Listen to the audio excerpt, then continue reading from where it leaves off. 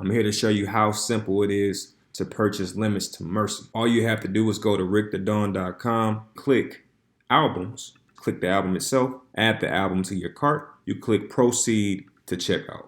Once you get to this page, you simply enter in your billing information. You put in your email address, and you can pay through PayPal or you may use Stripe. Once you've entered your card information, you simply press place order. Once you press place order, your music will be immediately downloadable. And it's just that simple, folks. Once you press place order, your downloadable content will be available immediately. Not only can you download the music immediately from rickthedon.com, you should also get a link to your email. I actually checked my spam folder, as you can see, and voila, here it is.